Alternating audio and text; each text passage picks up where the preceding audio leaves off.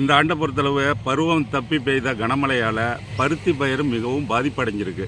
இப்போ இந்த ஆண்டை பொறுத்தளவு டெல்டா மாவட்டத்தில் பருத்தி, நெல், எள் சாகுபடி செய்த விவசாயிகள் மத்தியில் பருத்தி பயிரில் ஈடுபட்ட விவசாயிகள் அனைவருக்கும் இழப்பீடு, இழப்பீடு.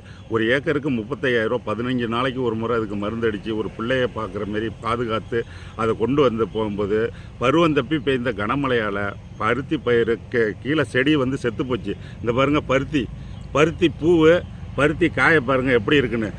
பெய்த மழையில் உள்ள தண்ணி இறங்கி இந்த காயை வெளியில் விட்டு போய் இந்த பஞ்சை வெளியில் வராது. இந்த பஞ்சுக்கு பேர் வியாபாரி எடுத்தாங்கன்னா குருட்டு பஞ்சுன்னு சொல்லுவாங்க. வியாபாரி மத்தியில் லாபங்கள் கிடைக்குதா என்ன, முதல்ல விவசாயி மத்தியில் பருத்தி போட்டவன் புடவையாக காய்க்குன்னு சொல்லுவாங்க. ஆனால் பருத்தி போட்ட விவசாய மத்தியில் இந்த நட வந்து ஏகப்பட்ட பாதிப்படைஞ்சிருக்காங்க. மத்திய மாநில அரசுகள் வந்து வெளி மாநிலத்துக்கு ஏற்பாடு பண்ணுன்னா இந்த பருத்தி விலை அதிகமாக போகும். இந்த ஆண்டு பொறுத்தளவு விலை என்ன போகுதுங்கிறது இது வரைக்கும் யாருக்கும் தெரியல. இந்த 35,000 செலவாயிருக்கு. 35,000 செலவுக்கு 35,000 வருமாங்கிறது தெரியல.